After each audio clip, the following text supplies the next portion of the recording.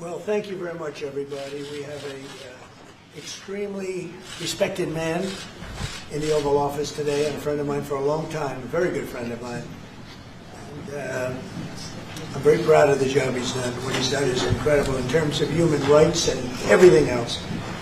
And he's the Crown Prince, the future king, and I just want to pay my greatest respect to your father, King, who is an amazing man. I met him early on. He greeted me at the airport at an age that was pretty high up there, and it was about 117 degrees, and he was standing on the red carpet as I came out of the plane, and he's amazing. And when I met his brilliant son, it was at the Oval Office. Shortly thereafter, you came in representing the country, and I called the father. I said, "This guy is fantastic."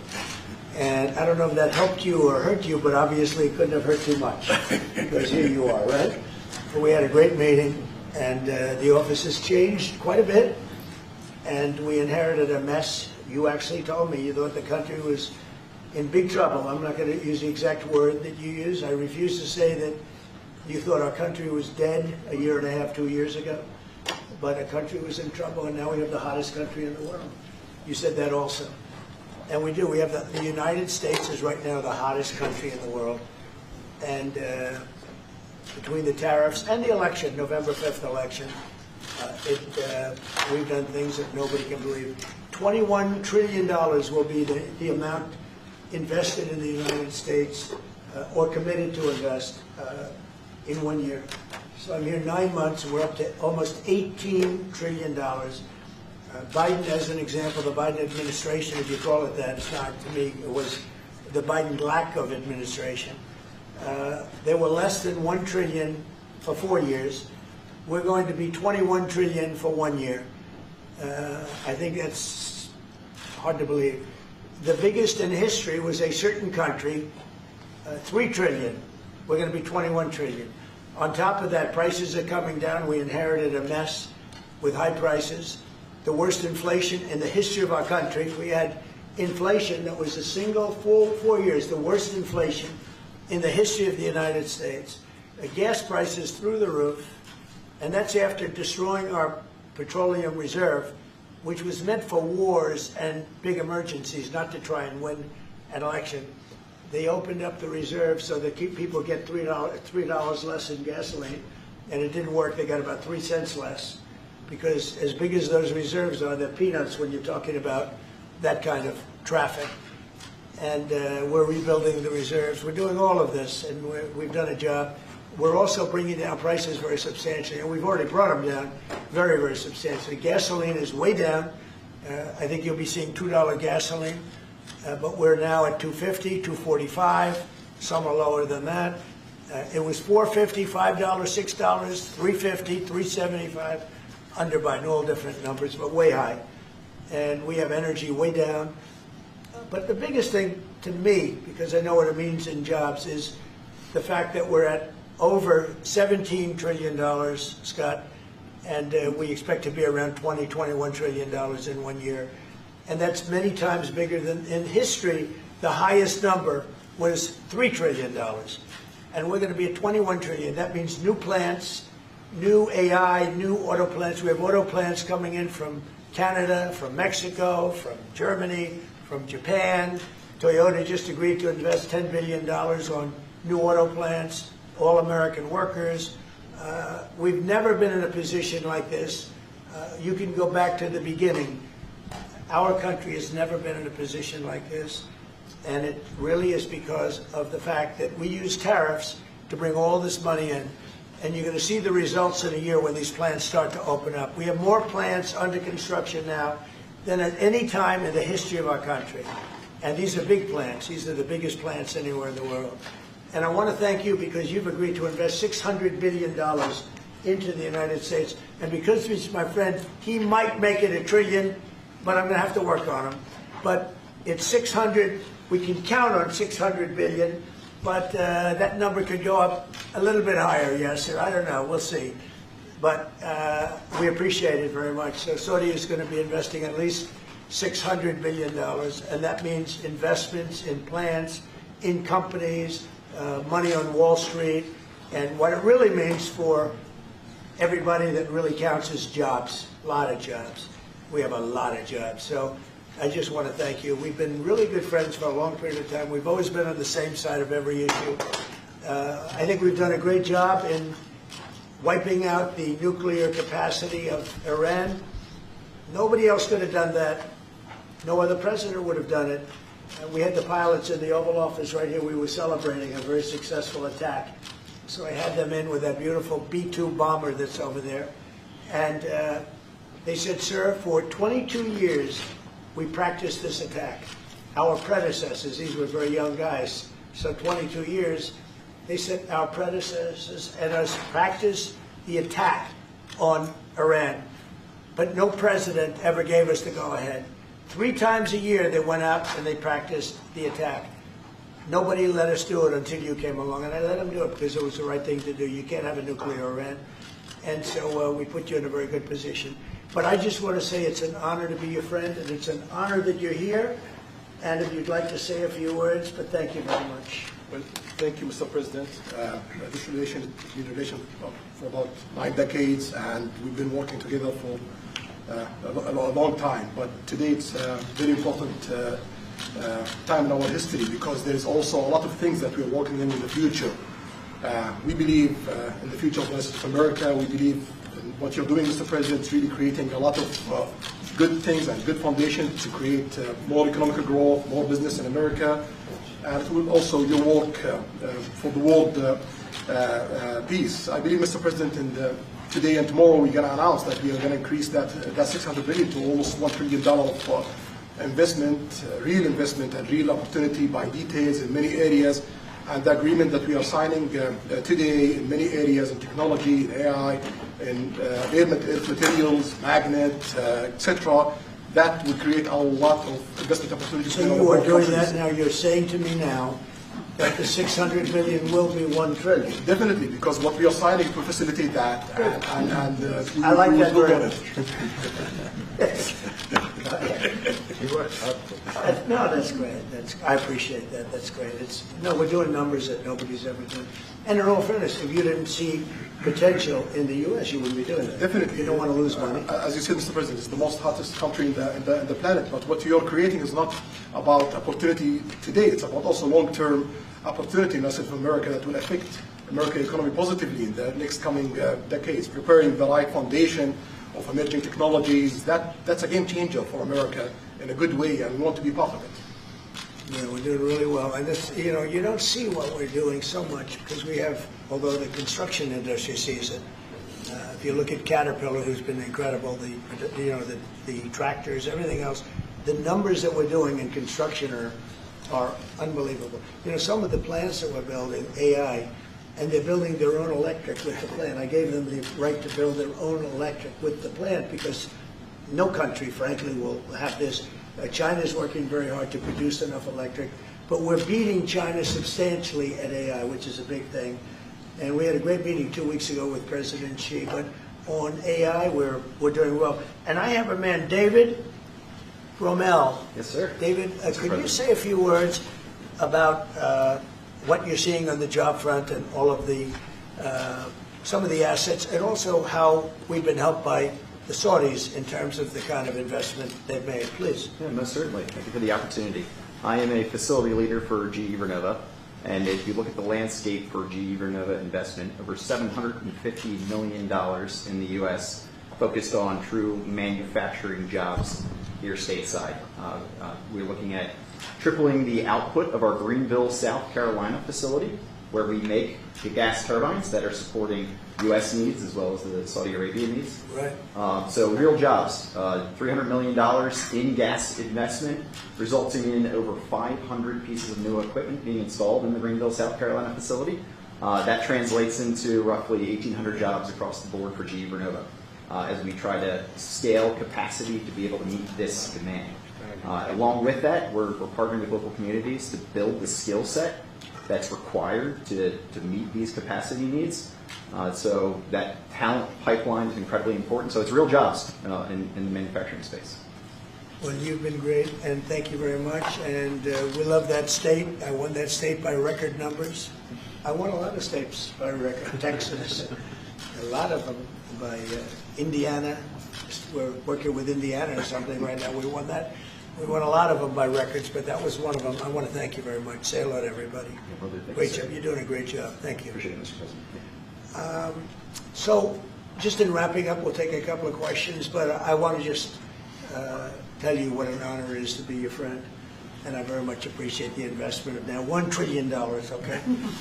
I'm glad you got that out. I didn't want to be the one to tell them, but that's great news. We keep increasing, Mr. President. I know. Each time the opportunities are just increasing more and more. Well, the opportunities, right? We're doing better. Even if you look back 6 months ago, I mean, now all of a sudden you feel even better. So, and I think we're only going to go in one way. Does anybody have any questions? Mr. President, have you approved the export licenses for advanced chips to Saudi Arabia? The export licenses? We are working on that. We're negotiating that right now. Marco, do you want to talk about that, or Scott? Well, I mean, that's part of what we may have announcements on that later today. But that's what we've been working on is the mechanics by which something like that could be achieved. And it's part of the broader process, part of this broader engagement and cooperation between our two countries. Certain levels of chips. Yeah. And for the Crown Prince, Your Royal Highness, you're talking about $1 trillion of investment. Could the kingdom continue to do that with oil prices in the mid-60s? Yeah, we are not creating a fake opportunities to, please America, please President Trump. It's real opportunities.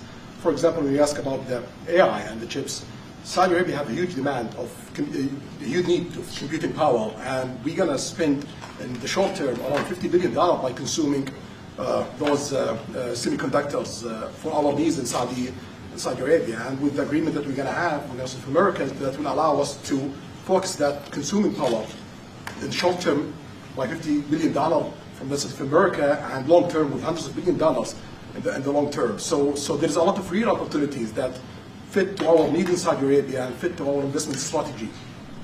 Mr. President, is it appropriate, Mr. President, for your family to be doing business in Saudi Arabia while you're president? Is that a conflict of interest? And Your Royal Highness, the U.S. intelligence concluded that you orchestrated the brutal murder of a journalist. 9/11 families are furious that you are here in the Oval Office. Who are you with? Why should Americans trust you? Who are you with? And the same to you, Mr. President. Now, who are you with? I'm with ABC News, sir. You with who? ABC News, sir. Fake news, ABC fake news, one of the But the worst, question is one of the legitimate, worst sir. in the business. But I'll answer your question. Thank you. I have nothing to do with the family business. I have left, and when I've devoted 100% of my energy. What my family does is fine. They do business all over. They've done very little with Saudi Arabia, actually. I'm sure they could do a lot. And anything they've done has been very good. That's what we've done. We've built a tremendous business for a long time. I've been very successful. I decided to leave that success behind and make America very successful. And I've made America more successful by far than it ever was, and that it ever could have been, no matter who was president. There would be nobody bringing in $21 trillion, that I can tell you right now. As far as this gentleman is concerned, he's done a phenomenal job. You're mentioning somebody that was extremely controversial.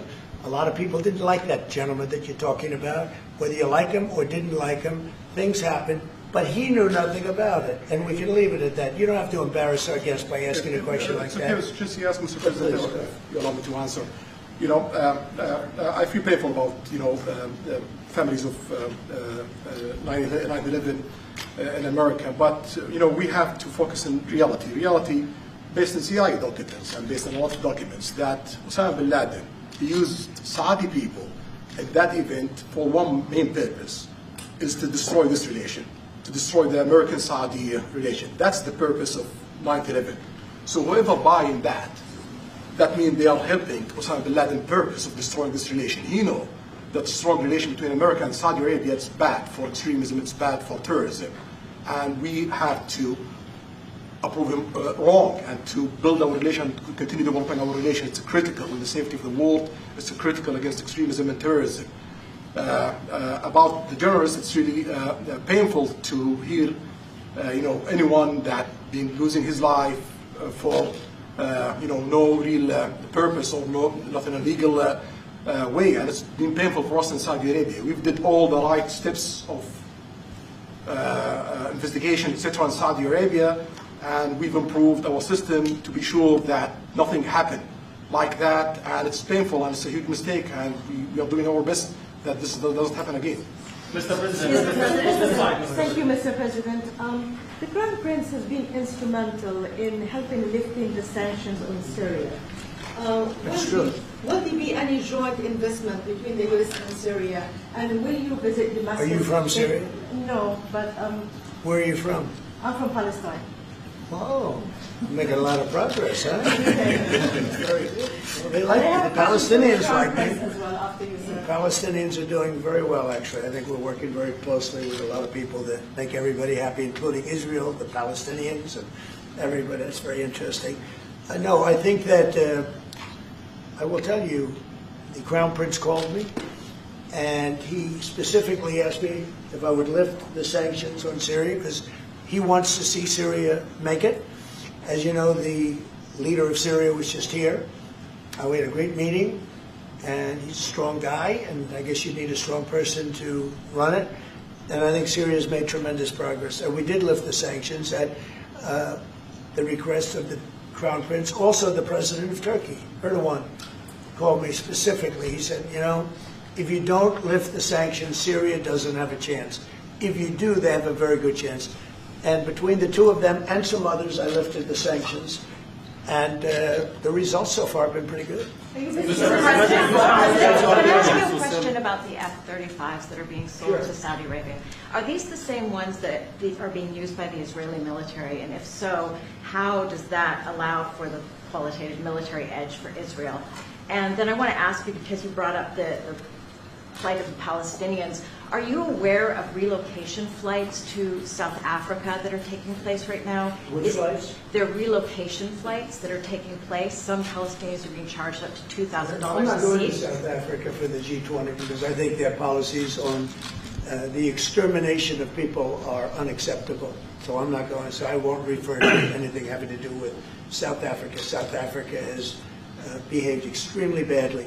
But I will say that when you look at the F-35 and you're asking me, is it the same? I think it's going to be pretty similar, yeah. You know, How will that this affect- is a great ally, and Israel's a great ally. And I know they'd like you to get planes of reduced caliber. I don't think that makes you too happy. They've been a great ally. Israel's been a great ally.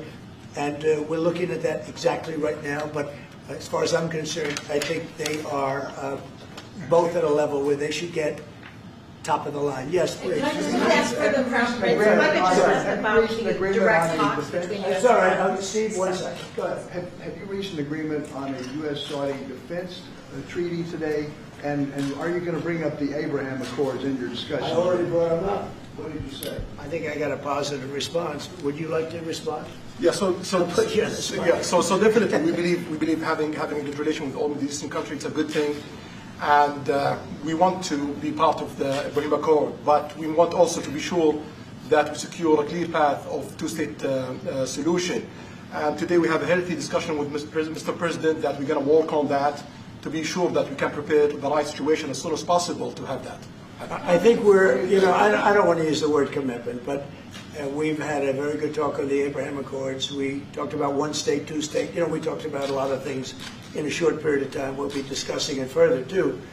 But I think you have a very good feeling toward the Abraham Accords. Yes, definitely, Mr. President. We want peace for the Israelis. We want peace for the Palestinians. We want them to coexist peacefully in the region. And we will do our best to reach that day. And the defense agreement, have you reached an agreement on that? We pretty much have. Mr. President, Question for the Crown Prince, if I could just finish. We have reached agreement on that. Yes. I wanted to ask you about the direct talks between the United States and Iran. Have you been fully briefed on that, and are you concerned at all about how this might impact Saudi security interests? Well, we are close ally. We'll be working closely together on that issue, and we will do our best to help to reach a deal between the rest of America and Iran. And we believe it's good for Iran's future to have a good deal that will satisfy the region and the world and the rest of America. So we will do our best to see that day happen. And by the way, Iran does want to make a deal. I can say I think they very badly want to make a deal. I am totally open to it. And we're talking to them, and we start a process. But it would be a nice thing to have a deal with Iran, and We could have done it before the war, but that didn't work out. And something will happen there, I think. But they would very much like, I mean, they may say something else, but they would very much like to have a deal. Mr. President, you are going to sell 35 F-35 Say jets. it. You are planning, you said you are planning to sell the F-35 jets to Saudi Arabia. Yeah. Is it part of the security agreement? And how you assess the defense partnership between Saudi Arabia and the United States? And the question was... Well, I just said it, though. I mean, we're going to sell them F-35s. That's the only good question. Is it part of the security agreement or no? No, we're going to have a deal. They're going to purchase F-35s. They're buying them from Lockheed, and it's a great plane. We make, by the way, the best military equipment. You saw that during the Iran little skirmish. We make the best planes, the best missiles. We make the best defensive missiles. We make the best military equipment in the world. Nice. For His Royal Highness, I would like to ask you about how you see the cooperation between the United States and Saudi Arabia in the advanced technological field, especially AI, and how it will support Saudi Arabia to serve its goal to achieve the vision of 2050. Well, I will try to answer that in short, but definitely there's a lot of interest in many industries between Saudi Arabia and America, and we are signing a lot of agreements in different areas that will really add value to American economy, but also will add value to us in Saudi Arabia. And AI, it's critical for us because one of long-term problems that we could have is lack of workforce. As you've seen in the past few years, some of them have reached 30% of the global migration to Saudi Arabia. So we know that to assure the Saudi Arabia GDP growing, with the lack of workforce that we have, we need to use a lot of computing power to replace job in the long term. So that's huge demand in Saudi Arabia, and we want to link it to American private sectors and getting the supply from America. So there's a lot of opportunities in that area. And we're also involved in AI in Saudi Arabia. So we're working, and we're leading by a lot on AI. Actually, a lot. China would be in second place, but we're leading by a lot. And I have to say this, and our relationship with China has been very good. And as far as buying our farm products, they're pretty much on schedule, Scott. I'd like you to call them, say if they could speed it up. Sure. Okay, but they're pretty much on schedule. Mr. President, please. If I may, I have a question for both the Crown Prince. Who are you? I'm Faisal Abbas from Arab News, Saudi Arabia, Your Excellency. You should be a friendly question. Your Royal Highness, just picking up on something you just mentioned about how some people try to destroy the relationship between Saudi Arabia and the United States. Perhaps, since the launch of the vision, we've been used to having the bigger picture and that everything fits into the bigger picture.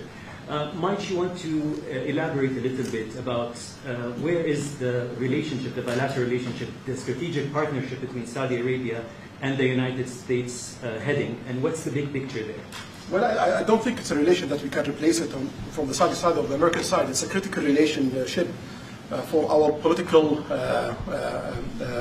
attempt, for our economical attempt, for our security, for our military, for many things. And it has been there for 9 decades, and the opportunities that we have today, it's huge, and it seems that it's going to get deeper in the next few decades. And what we are having today and tomorrow with President Trump, it's really a huge new chapter in this relation that will add value to both of us. When you think about it, I'm just sitting here. You're with the future king, a man who's respected by everybody, a man that doesn't have to be doing this, really. I don't have to be doing it either. And yet we're sitting here taking questions. We didn't say, oh, you can't talk about this. And there's never been transparency like this, even in his country. But there's never been, in our country, that's been acknowledged. But we didn't put restrictions. And I'm saying it's sort of wonderful to be taking questions from all over the world. Everybody's here. This is just a small group representative of tremendous numbers of media that are outside, that are very jealous that these people were so selected. But they're representing a lot of people that are outside. I think it's terrific that we can be sitting here being this open, and I think it's really a wonderful thing. If you don't mind, I have a personal question for you. Okay, here we go. I should have said that. So apart from everything you mentioned in your opening remarks, you forgot to mention that you've de-escalated 7 wars since you started. At least in our part of the world, you are seen as a peacemaker. And adding that to all the executive orders and everything else you've mentioned, I really have to wonder, you, in your speech in Saudi Arabia, I was there, you said that His Royal Highness does not sleep at night thinking how he does things better. We wonder in Saudi Arabia, how do you manage your own time, and what's your formula for managing? He does not sleep much, and I don't sleep much. I think we have the same schedule. We're thinking about our countries. And if you sleep a lot and you're president, we just had one that slept more than any president. He broke every record. He sleeps all the time, during the day, during the night, on the beach. The only guy could fall asleep on the beach with the press watching. No, he's not a sleeper. I'm not a sleeper. We don't. We talk at night. We can talk. I can call him almost any time. He goes, "Hi, how you doing?" It's like the craziest times. But no, when you love your job, when you love your country, and when you're in a position like we are, future king, highly respected, crown prince, and in my case, president, you're thinking about your country. You're thinking about making America great again. We're thinking about keeping Saudi Arabia strong and vital, and in a pretty tough part of the world, tricky part, right? Tricky part. A lot of tricky people. But he thinks about his country, and I think about my country. I don't want to sleep. President Trump, do you expect a formal civil nuclear deal to be reached soon? Can you talk to us about that aspect? With of who? today's, with Saudi Arabia. I can see that happening. Do you think that an agreement will I happen don't. today? It's not urgent. You know, it's always when you have civil nuclear, but you have more oil than almost anybody else. We actually have more oil and gas than they do, but I refuse to say that. And We have more than. We have more than anybody. Can you imagine? And on the F-35s, are those sales? Israel has reportedly wanted those sales to be conditioned on Saudi Arabia moving to normalized. Israel will be happy. Israel is Is going to that be a happy. condition of the F-35? Israel's aware, and they're going to be very happy. Hello, Okay? friends. Yeah, please. Hello. Hi, hello. My name is Mohammed from Sharq al-Awsat newspaper, from Riyadh, of course. Good. Good. I have a question for the Crown Prince and for the President. Crown Prince of Saudi Arabia, how much you expected from developing the cooperation with the United States in the field of new energy, AI, supply chain? How much you expected from that? No limit. We just continue pushing forward. There's no limit. So we just push forward for all the opportunities that we have. Okay, Mr. President. You have to understand, this is really a great ally. Yeah. Just the fact that they're now doing, I came in here at 6, I did not know that. I was pushing for the 1 trillion, but he didn't tell me that. Now he told me. This is a great ally of ours. You know, when you invest $1 trillion, that's national security for us too, because it creates jobs, it creates a lot of things. And I would say, Scott, right, when you hear one country is putting $1 trillion into the United States, that creates national security. And, you know, I think that they don't have to say that, but I think a big part of that is also the fact that tariffs are in play. But even beyond tariffs, that's a real ally that will do that, creates a lot of power for the United States. Mr. President, we are also in Saudi Arabia very happy for this much of Saudi. Right, for the relationship. Money is attention here, and of course it's come back for us for benefit. So it's complementary interest. So this is the I think what the different friends and allies do. Well, look, I love the country of Saudi Arabia. I know the people very well. The level of treatment that we go when we go to Saudi Arabia is something that is incredible. And the people like us, and I think they really like America, especially when I'm president. I mean, I don't think they liked America so much maybe for 4 years recently. I think Obama treated Saudi Arabia very, very badly, as you know. And I think Biden didn't have any idea where the hell he was. I don't think Biden knew the difference. How would you describe the future relationship with Saudi Arabia? I mean, from the strategic aspect. How would you describe How would I say the relationship is with? Yeah, at the level of economic. I would say top of the line. relationship. It's as good as it can. I don't think it can get much better. We have a country that trusts us, and that's why they make that investment. If they didn't trust us, they couldn't make that investment. And we trust them. They've been very reliable. Now we are I rebuilt our military in my first term, and we spent trillions of dollars, and we gave away some of it in Afghanistan stupidly because we had stupid people running our country. But we gave away, but that's, as much as it was, it's a tiny fraction of what we put here. And we're again, we're bringing our military to a new level, the highest level ever. We have those plans are going out. And again, it's all American jobs and everything, so it's good for a lot of reasons. But as far as Saudi is concerned, no, I don't think our relationship could be better. I don't think they had a great relationship under Biden, and I don't think they had a great relationship under Obama. But they have a great relationship under Trump. When we did the presidential Walk of Fame, you saw that, right? And we're walking, and I asked the Crown Prince, so outside of Trump, because I blow everyone away, who was the best president for Saudi Arabia? And you could, maybe, it's an interesting answer. I don't know. Roosevelt, who started it, was a Democrat, and Reagan, he's one of the historical presidents that have close ties with Saudi Arabia. But we've worked with all presidents. Does Trump blow them all away? No, it's another league, Mr. President. And Trump doesn't give a fist pump. I grabbed that hand. I don't give a hell where that hand's been. I grabbed that hand. When remember Biden? He travels for 20 hours, gets out, and he gives a fist bump. No. When you get out of the plane, and you got the future king and the man who's one of the most respected people in the world, you shake his hand. You don't give him a fist bump, right? We don't want to ask you about that, but I can't imagine you were thrilled. You were like a little bit surprised. He's a fantastic guy. You don't do that. Yeah, please. We're getting closer to the end of the year. Have you started the interviews for the Fed chair? Yes. Who have you interviewed? I think I already know my choice. Who is it? Well, I liked him, but he's not going to take the job. He refused. You like Treasury better, right? Much better, sir. So we are talking to various people, and I mean, frankly, I'd love to get the guy currently in there out right now. But people are holding me back. He's done a terrible job, hurting housing a little bit. The truth is, we've been so successful, we've blown past his interest rate stupidity. He's been wrong. That's why I call him too late. He's too late. Jerome Too Late Powell. He was recommended to me by a guy that made a bad choice. And it's too bad. But despite that, it's having very little impact because we have all of these things happening. But it has an impact on housing to a certain extent. He's a fool. He's a stupid man.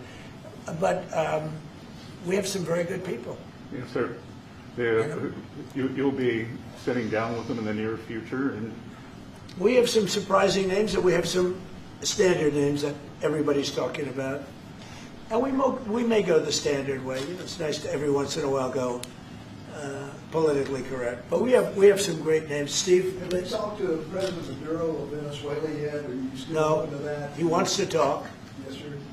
Yeah, I'm open to talk. I talk to everybody. But no, he wants to. They treated us very badly. They sent all of their prison population into the United States, and we're getting them out rapidly. But he sent all of his, and he sends drugs into the United States and other things. No, he treated us badly. He was dealing with a bad president, and he was able to get away.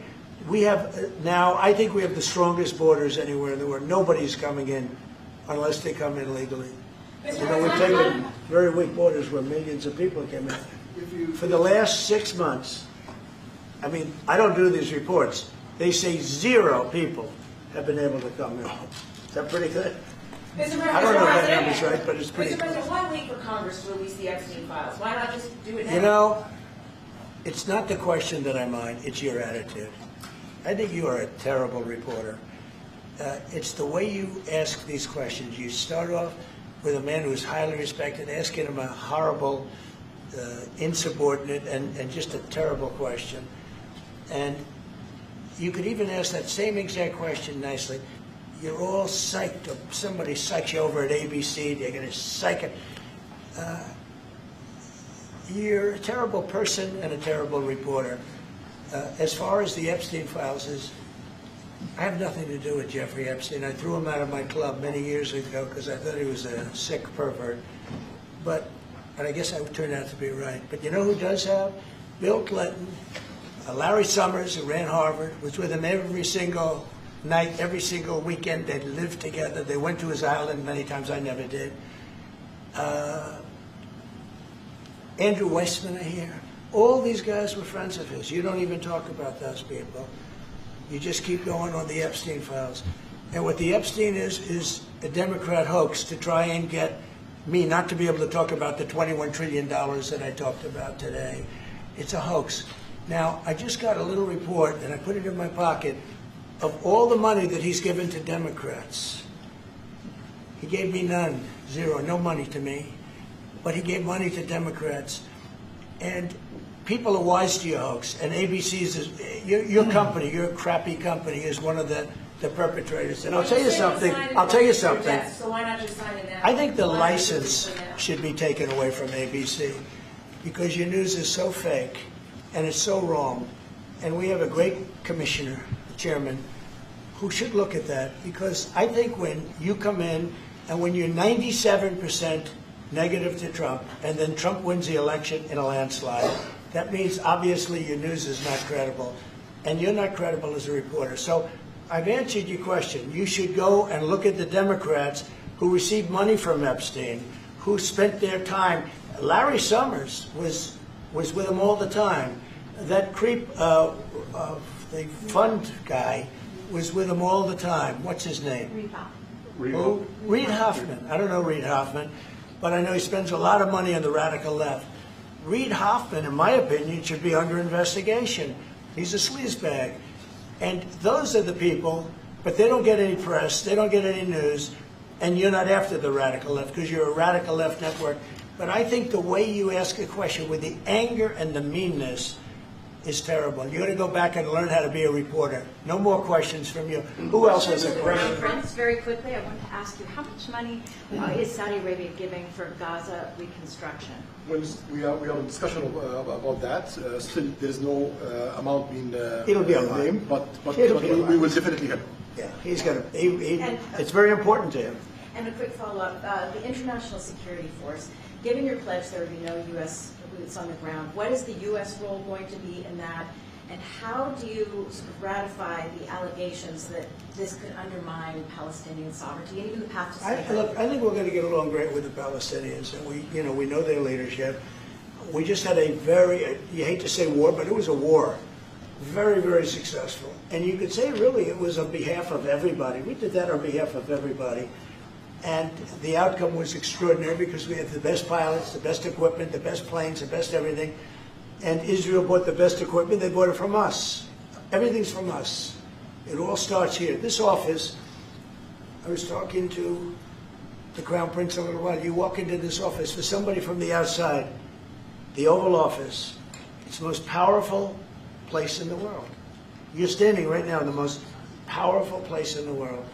And no matter how big you are, these are the biggest people, the richest people. They walk into this office. It's special, isn't it? Look at him. He's so happy to be here. But you walk into this office. It's the Oval Office. And we've done a lot of good with this office. I've stopped actually 8 wars. I appreciated your question before.